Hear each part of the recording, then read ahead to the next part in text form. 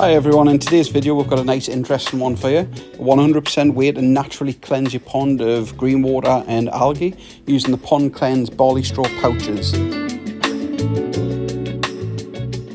Now for many years a lot of people have understood that barley straw is fantastic at removing the algae, but they're not quite sure how it works. So what I want to do is break it down a little bit, let you know how to use it, when to use it, and exactly how that is going to function and work to help clear that pond and give you nice crystal clear water.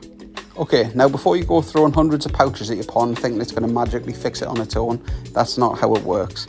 What you first need to do is make sure that your filtration is adequate and as much waste levels in the pond is reduced as possible before adding any barley straw pouches.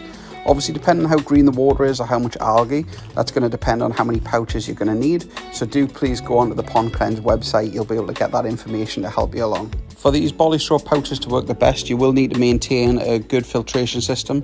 Ideally have something that's going to manage the pond load on its own as far as the biomass, and then add them in. Secondly, you do need to make sure that your pond is well oxygenated, as oxygen plays a massive part and it is integral to making sure that the barley straw is going to work and actually remove the algae from your pond altogether.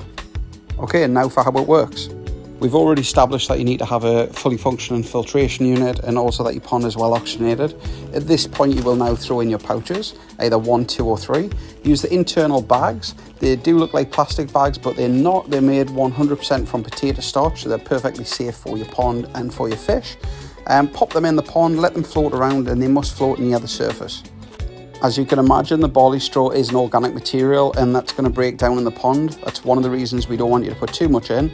However, it's exactly what we need to happen in order to compete and create an algicide. As the barley straw starts to break down, in turn it will start to decompose, and when it does decompose, that's going to create a humic acid.